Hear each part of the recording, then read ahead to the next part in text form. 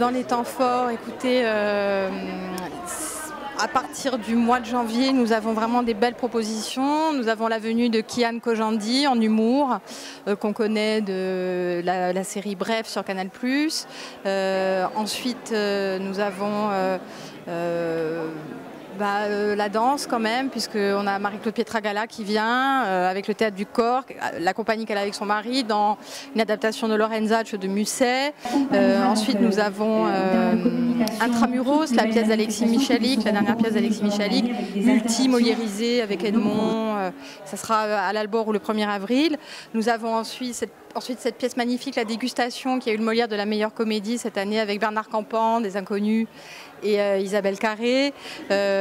Ensuite, dans la création insulaire aussi, nous avons des temps forts, le spectacle autour de César Vetsagne de Jean-Pierre Lanfranc. Je ne vais pas dire que c'est une succession de temps forts, mais presque. Voilà, il y a 40 spectacles et on est fiers de tous les proposer. C'est comme me demander de choisir entre mon fils et ma fille. Voilà.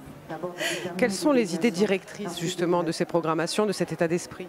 D'abord, les idées directrices de cette programmation, c'est la diversité. Et nous proposons une programmation de théâtre municipal. Donc on a une obligation de service public aussi, de toucher tous les publics. On dit souvent qu'il y en a pour tous les goûts, j'aime pas tellement cette expression, mais voilà, juste pour dire que tout le monde peut y trouver son compte. L'exigence aussi.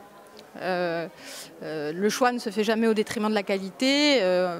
On parlait tout à l'heure des têtes d'affiche. Les têtes d'affiche, c'est bien, mais parfois ce qu'ils ont à proposer n'est pas si intéressant que ça. Donc voilà, il faut faire un choix dans les spectacles proposés avec des têtes d'affiche. Dans la création insulaire, vous aidez aussi un peu des nouveaux émergents. Quels sont les artistes que vous avez vus émerger, peut-être que vous avez accompagnés? Alors la saison passée, on en a parlé pendant la présentation, Nico Torracin, le guitariste qu'on connaît beaucoup parce qu'il a accompagné toutes les plus grandes figures insulaires.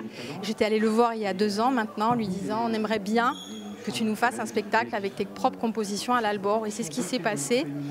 Et le fait qu'il ait créé son spectacle ici l'a amené à voir la première partie de Pascal Obispo pendant Porto Latine. Donc voilà, on se dit qu'on a aidé à l'émergence d'un artiste, et je le cite lui parce que c'était au mois de mai et que je l'aime beaucoup en plus parce qu'il a un talent monstre.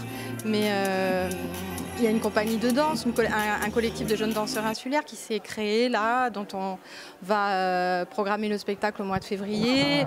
C'est un spectacle de danse qui s'inspire de l'exposition photo d'Armand Luciani, jeune photographe très talentueux aussi. Donc voilà, on est vraiment ouvert. On est vraiment ouvert. D'ailleurs, les artistes le savent quand ils viennent taper à notre porte, que si la qualité est au rendez-vous, si la proposition artistique est au rendez-vous, on y va.